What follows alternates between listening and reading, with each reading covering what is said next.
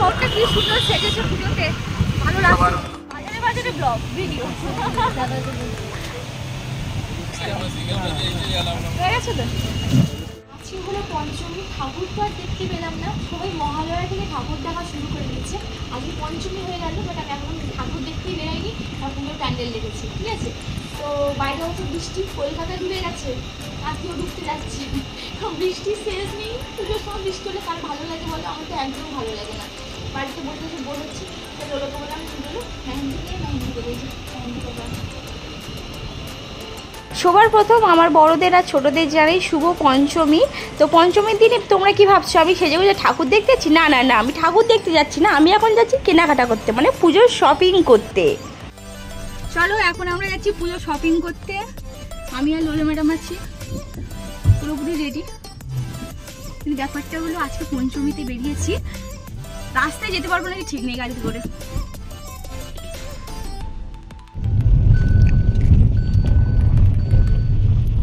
রাস্তা পুরো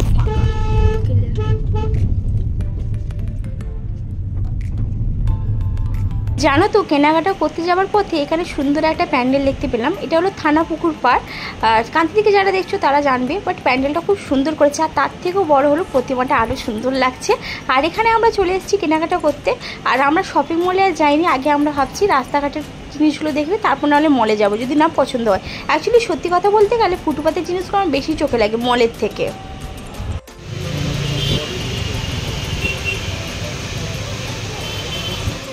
যে এখানে শাড়ি ভিডিও হচ্ছে, না না আমি ভিডিও করি। তো এখান থেকে শাড়িটা বৌদির জন্য শাড়ি কিনে দিচ্ছে, দিদার জন্য কাকু বিল করছে। ভালো ভালো বেশ কোয়ালিটির শাড়ি আছে এখানে, বেশ একটা পছন্দ হয়েছে, নিয়েছি।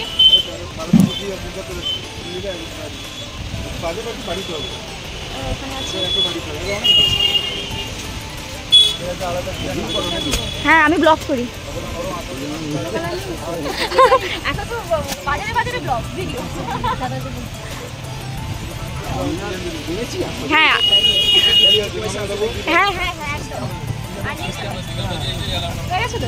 শপিংটা করতে বেরিয়েছিলাম যেহেতু বৌদির জন্য। আর বৌদি এখান থেকে শাড়ি মার্কেট থেকে শাড়ি নিয়েছে, দিদার জন্য একটা শাড়ি নিয়েছে, ব্লাউজ এইসব নিয়ে চলে এসেছে। আসার পথে চোখে এই প্যান্ডেলটা পড়লো, এটা হলো সরস্বতী ক্লাব, তোমরা দেখতেই পাচ্ছ। আমি প্রথমে ভেবেছিলাম সরস্বতী ক্লাব, বাট না, এটা হলো সরস্বতী ক্লাব। আর এখানে প্যান্ডেলের থিমটা কী করেছে আমি বুঝতে পারছি না, বাট খুব সুন্দর করেছে। আর প্লাস ওই কী বলো তো, আগেকার দিনে যে ওই পুতুল খেলা হতো না, ঠিক ওরকমভাবে থিম করেছে, পুতুল চারিদিকে ঝুলছে, মানে খুব সুন্দরভাবে লেগেছে থিমটা। মানে বাচ্চাদের তো আরও বেশি পছন্দ হবে এই থিমটা।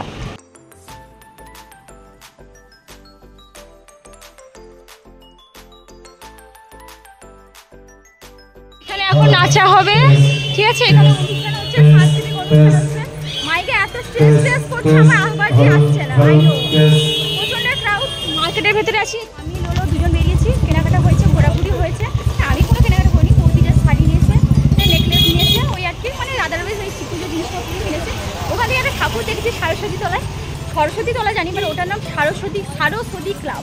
তো এখান থেকে ওই আমরা রক্তপিলকে যাচ্ছি, মানে আমাদের ক্যানেল পাড়ে যাচ্ছি। কাঁচি থেকে যারা ভিডিও দেখছো তারা জানবে, যারা কাঁচি থেকে দেখছো তারা জানবে না। কি সুন্দর সুন্দর এখানে রাস্তায় রাস্তায় লাইট দিয়েছে, পুজো ফাইভটা আসছে।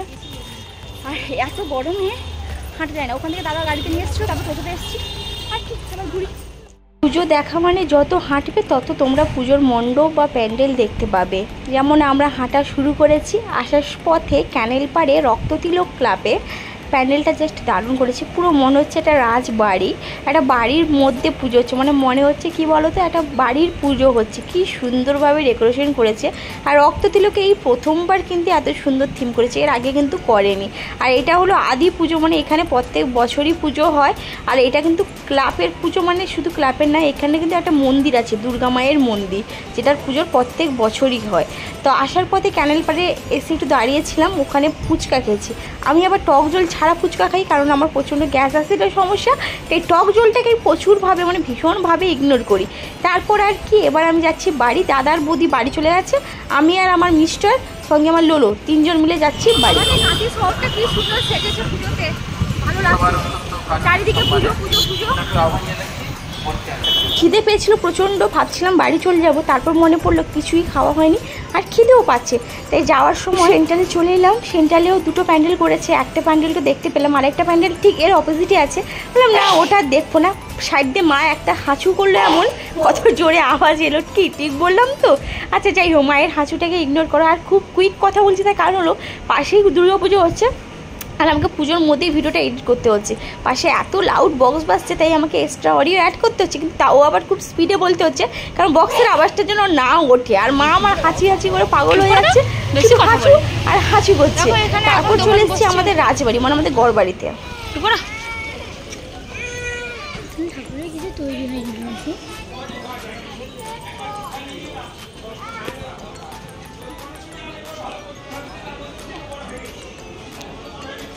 মায়ের চক্ষু হয়ে গেছে। তো দেখো ঠাকুর দেখে নিচ্ছি, রাজবাড়ির ঠাকুরটা দেখে নিলাম।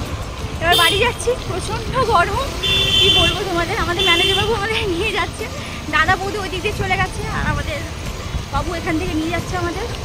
তাও ভালো হয়েছে, কারণ ওখানে ঠাকুর মানে টানেল পাড় থেকে আসবো কি পাচ্ছিলাম না, টোটো তো পাচ্ছিলাম না। আচ্ছা সিগন্যাল করেছি তোমাদের, যেমন কি বললো গাড়িটাকে অ্যালাউ নেই। ঠিক আছে চলো বাড়ি যাওয়া, প্রচণ্ড গরম। ফুচকা খেয়েছিলাম, জল খাইনি, গলাটা পুরো শুকিয়ে যাচ্ছে। ছেলেগুলো কেমন চিৎকার করলো, কেন করে না?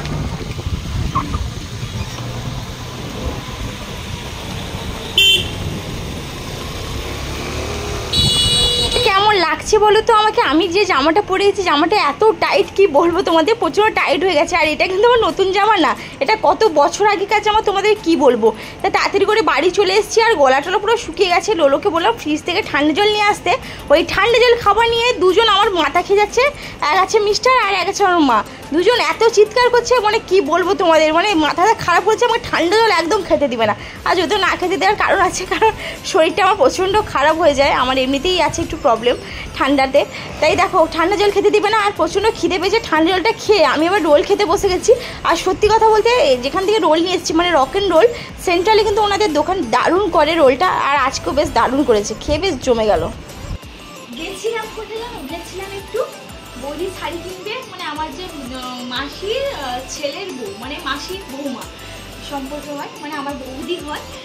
তো বৌদির শাড়ি কিনবে বলে বৌদির সঙ্গে গেছিলাম একটু কেনাকাটা করতে। দাদা বলছে চ, যেহেতু দাদা তো এই রিসেন্ট বিয়ে করেছে, বলছে আমার এইসব এক্সপিরিয়েন্স নেই, তুই চ একটু ডিসাইড করে দিবি কেমন কি শাড়ি আসবে, কোথায় পাওয়া যায়, আমি তো কোনোদিন কিনিনি, আমি জানি না। চ দিয়ে ওই বৌদির জন্য শাড়ি নিয়েছি, দিদার জন্য শাড়ি নিয়েছি। আর ভিডিওটা করা হয়নি, কেন জানো তো খুব ব্যস্ত ছিলাম, তাই কিছুটা আমি পেরেছি ওইটুকু তুলে ধরেছি। মানে আর রাস্তায় কি ক্রাউড, কি বলবো তোমাদের, প্রচণ্ড চিৎকার রাস্তায় হচ্ছে, এত চিৎকার, মানে কি বিরক্তিকর লাগছে।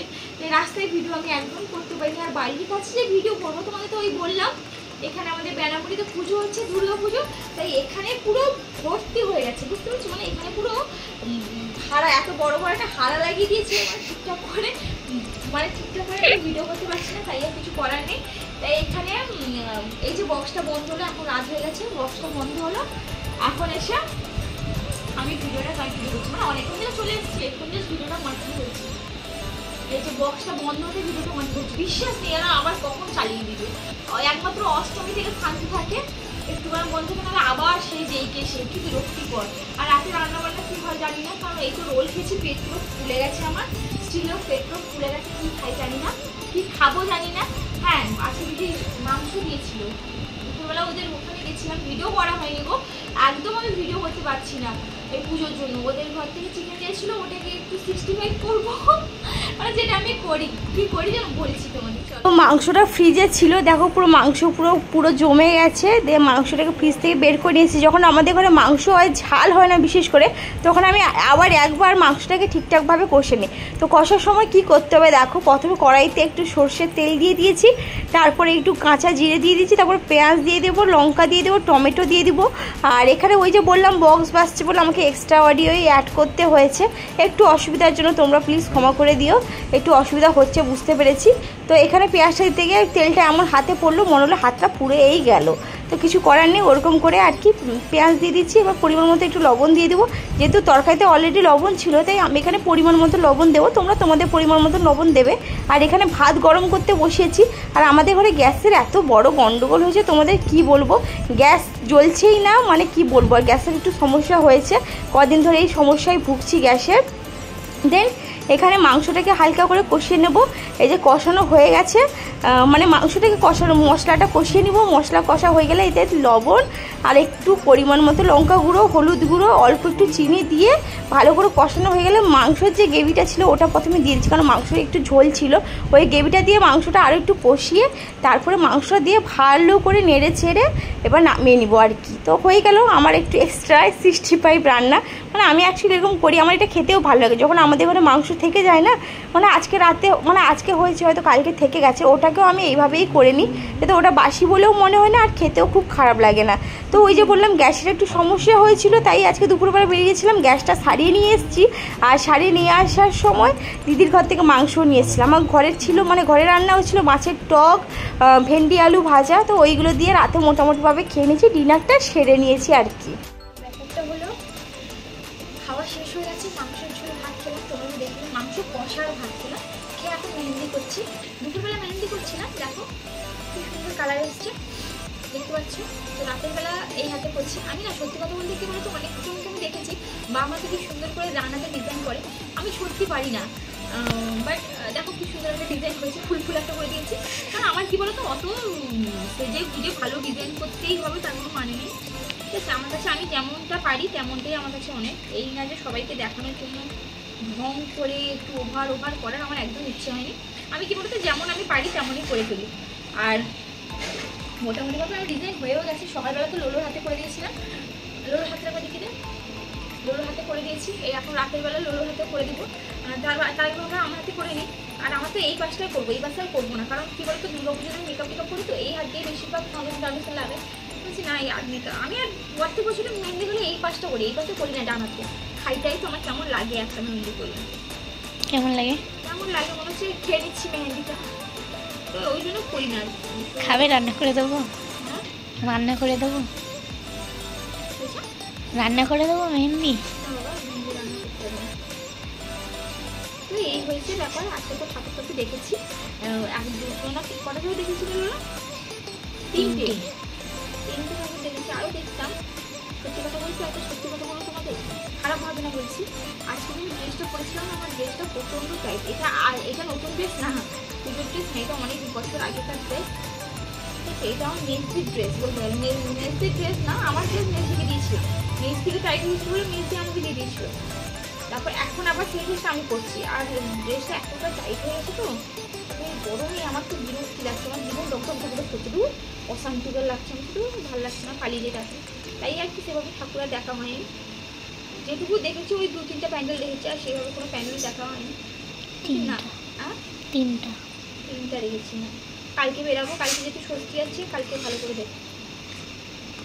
এই যে মেহেন্দি হয়ে গেছে, এইটুকু ঠিক আছে, আর করবো না, ভালো লাগছে, বলেছি না।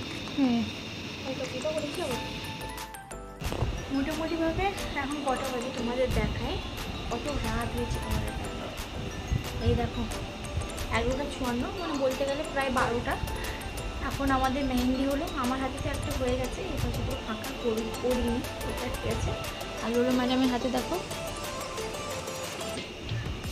দেখা পেয়েছি সামনেটা, দেখো কতটা পেরেছি করেছি। আমি তো আর পারবো না ভাই, এবার ঘুম পাচ্ছে, 12টা বেজে গেল, ঘুমাতে হবে। লোলো ম্যাডাম আবার কালকে সকালে টিউশন আছে, কালকে ষষ্ঠী থেকে টিউশন করাবে, লোলো ম্যাডাম করাচ্ছে, কারণ কালকে টিউশন হয়ে ছুটি পড়ে যাবে 5 দিন মতো, 5 দিন আর 4 দিন মতো একটা ছুটি থাকবে। এই আর কি করা যায়, ঘুমাবো, ঘুম পাচ্ছে, আর ভালো লাগছে না। চলো আজকের জন্য এইটুকুনি ভিডিও, কালকে আবার আসছি নিউ ভিডিও নিয়ে। আজকে টাটা, বাই বাই।